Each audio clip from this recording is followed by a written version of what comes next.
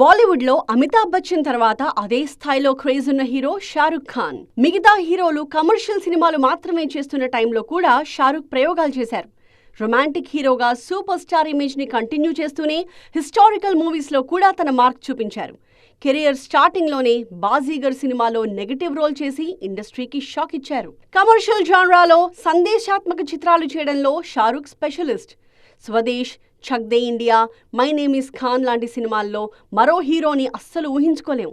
కానీ ఈ సినిమాలేవి షారుఖ్కి జాతీయ ఉత్తమ నటుడు అన్న గౌరవాన్ని తెచ్చిపెట్టలేకపోయాయి. ఇండియన్ సినిమా హిస్టరీలో ఎన్నో అద్భుత రికార్డులు సాధించిన దిల్వాలే దుల్హనియా లే జాయేంగే, నటుడిగా షారుఖ్ రేంజ్ ఏంటో ప్రూవ్ చేసిన దేవదాస్ లాంటి సినిమాలు కూడా బాద్షాకి నేషనల్ బెస్ట్ యాక్టర్ అన్న క్రెడిట్ ని అందించలేకపోయాయి. ఫైనల్ గా నటుడిగా పరిచయమైన 33 ఏళ్ల తర్వాత ఇప్పుడు ఆ ఘనత సాధించారు షారుఖ్. అట్లీ దర్శకత్వంలో తెరకెక్కిన జవాన్ సినిమాకి జాతీయ ఉత్తమ నటుడి అవార్డుని అందుకోబోతున్నారు షారుఖ్ ఖాన్. ఈ సినిమాలో తండ్రి కొడుకులుగా నటించిన సూపర్ స్టార్ డిఫరెంట్ లుక్స్ లో అదరగొట్టేశారు. కమర్షియల్ గా కూడా బిగ్ హిట్ అయింది జవాన్. ఇప్పుడు నేషనల్ అవార్డు కూడా రావడంతో సూపర్ హ్యాపీగా ఉన్నారు షారుఖ్ ఖాన్ ఫ్యాన్స్.